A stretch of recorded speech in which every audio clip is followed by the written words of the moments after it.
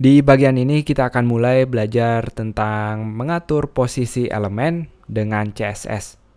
Untuk itu kita akan menggunakan halaman member.html untuk teman-teman yang punya filenya. Di halaman member.html ini sebagian besar isinya sama seperti sebelumnya, tapi tentunya untuk mulai mengatur CSS-nya kita harus menyambungkan filenya di bagian tag head-nya seperti ini.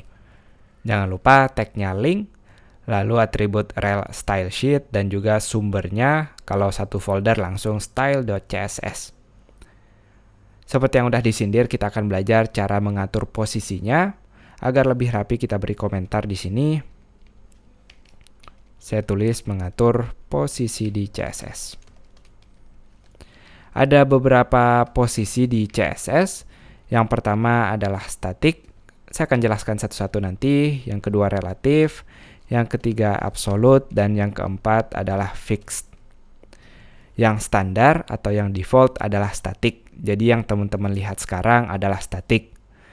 Static dia akan otomatis ngikutin urutan yang ada di halaman HTML kita. Jadi nggak mungkin tulisan daftar murid ini akan lompat ke bagian atas karena dia semuanya static. Sekali lagi static dia akan mengikuti order yang ada di HTML-nya atau tidak ada perubahan sama sekali. Kita akan masuk ke properti yang kedua, yaitu properti relatif. Langsung aja kita lihat contohnya. Di bagian member HTML, setelah menggabungkan style CSS, tentunya ketika kita refresh akan ada beberapa tambahan di sini karena pelajaran yang bagus di sini karena kita menggunakan CSS yang sama dengan indeks HTML-nya. Artinya bagian-bagian seperti H1, H2 yang kita juga punya di sini dia akan ikut berubah. Teman-teman tidak melihat perubahan pada bagian menu karena menu di bagian index.html kita, kita udah ngasih ID dan juga kelas di sana. Di bagian CSS-nya kita ngubah style-nya dengan mengubah ID dan kelasnya. Tapi pada member kali ini kita belum punya ID dan juga kita belum punya kelas. Makanya dia nggak berubah pada halaman membernya. Pelajaran yang bagus. Kita akan langsung mulai belajar mengatur posisi. Dengan bagian menunya kita beri ID. Hati-hati nama menunya nggak boleh sama. Kita beri menu yang berbeda dengan nama menu member. Jadi nanti bagian indeksnya nggak keganggu sama sekali. Di bagian menu underscore member, kita pilih dengan tanda pagar karena di ID. Untuk mengatur posisinya kita hanya perlu menulis position seperti ini.